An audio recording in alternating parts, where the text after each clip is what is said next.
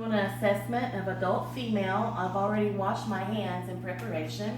We're going to be assessing the lungs, the heart, and the ears. For one, we're going to look at this adult female and look at her back.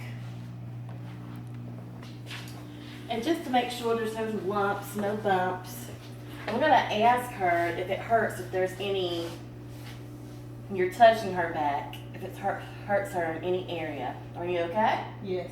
Okay. Then we're going to come around to the front. We're going to look and make sure that she's breathing okay. She's not using any accessory muscles. We're going to look at her face. You don't see any nasal flaring. And she's breathing in and out.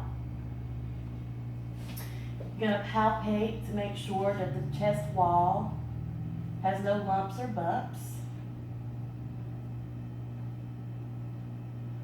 Good.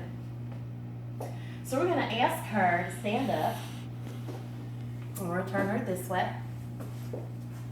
So what we're going to do is going to raise her shirt just a little bit.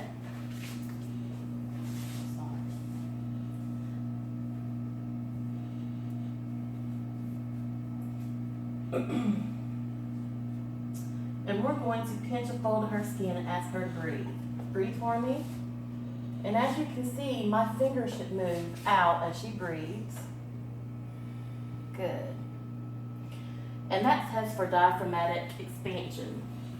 While she's standing, I'm going to go ahead and start at the clavicular line and percuss.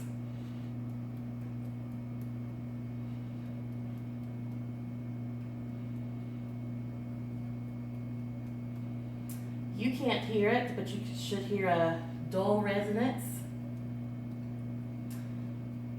And the people that are in the room can hear it.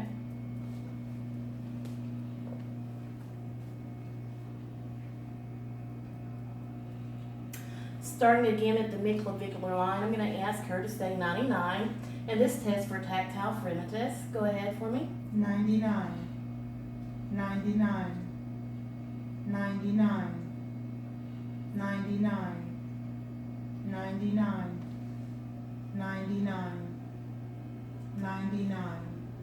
And that tests for any consolidation. You should feel the vibration all the way throughout.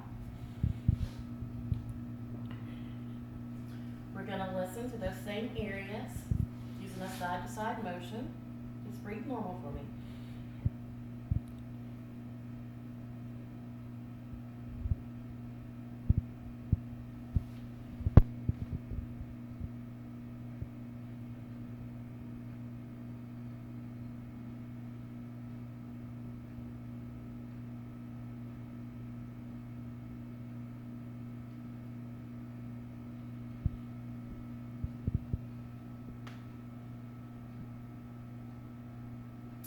And to test for bronchophony, I'm going to ask the patient to say 99 again. 99. 99. 99. 99. 99. 99. 99.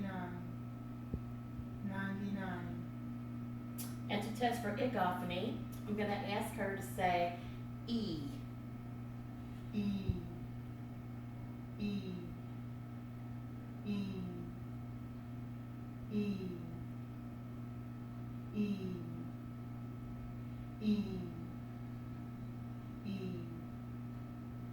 E.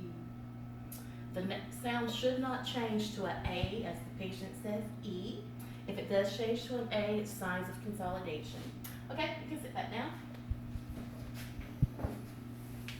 So again, I'm going to listen to the lung sounds.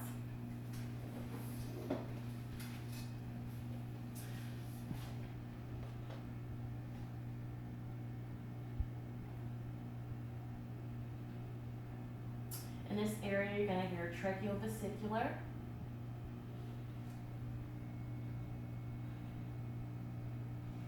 In this area, you're going to hear bronchiovesicular.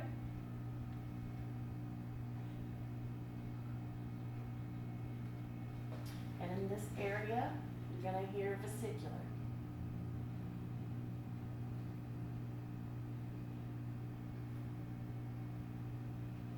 On the right side, there's 3 places that you're going to listen.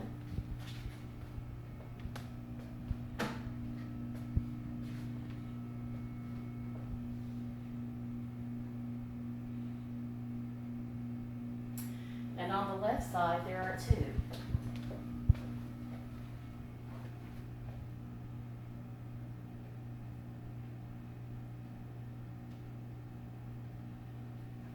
Okay. So now we're going to move on to the cardiac portion of the assessment. Hold your hands straight out for me.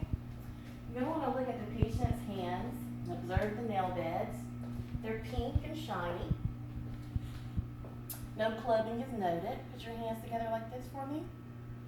There's no rounding of the nail beds. Hands down for me. And then when you depress them, the capillary refill is less than 2. We're feeling for the radial pulse. And the radial pulse is equal on both sides. Good. Now, next we're going to be looking at the carotid pulse. And we're feeling for that, and it is present.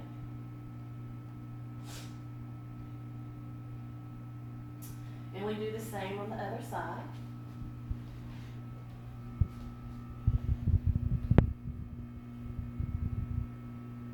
When your head back for me. With this area, we're looking for jugular vein distension. And as you can see, she does not have any. And you should be able to see right here the pulse of the carotid artery. And it is still palpable. You can go to normal.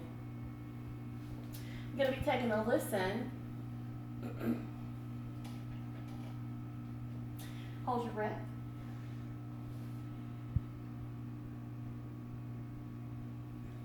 You listen at the carotids. Hold your breath. For any bruits.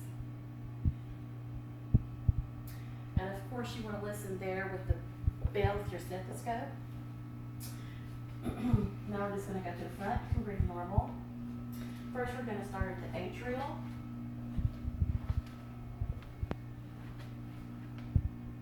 Pulmonic.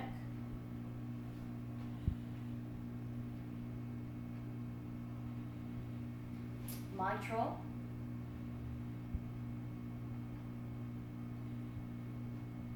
And tricuspid.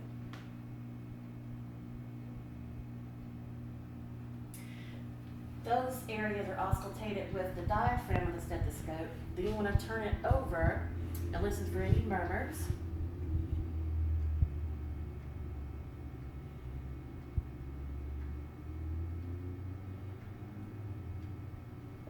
In the same areas as before.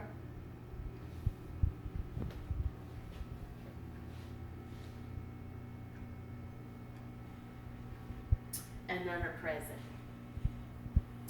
Then we want to listen for the apical pulse and count it out.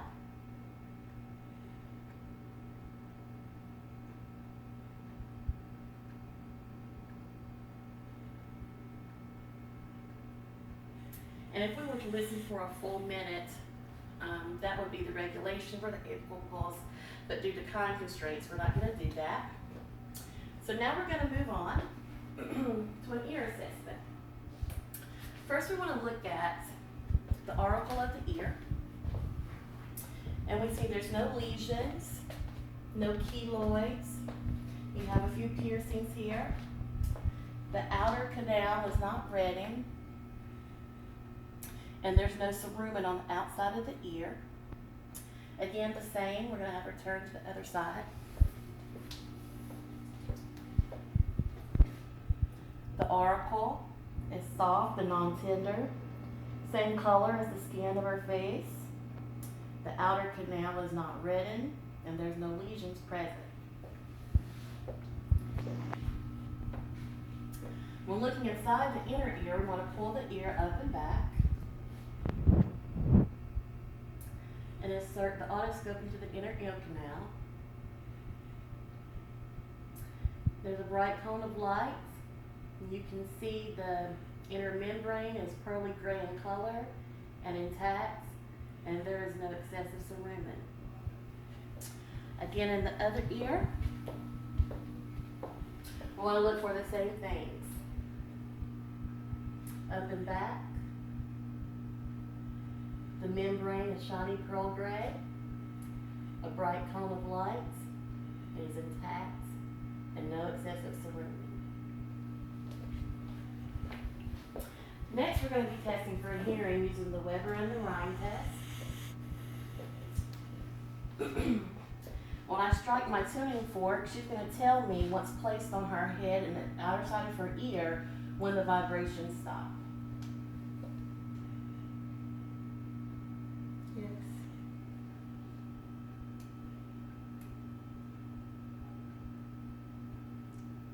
Yes.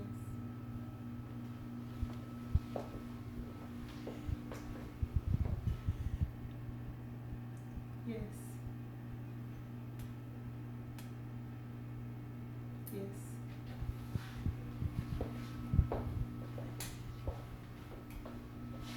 Yes. Okay, good.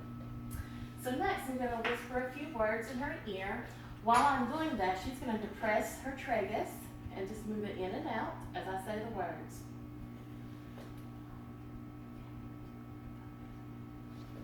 Black cat. That's right. And again on the same ear. Other ear.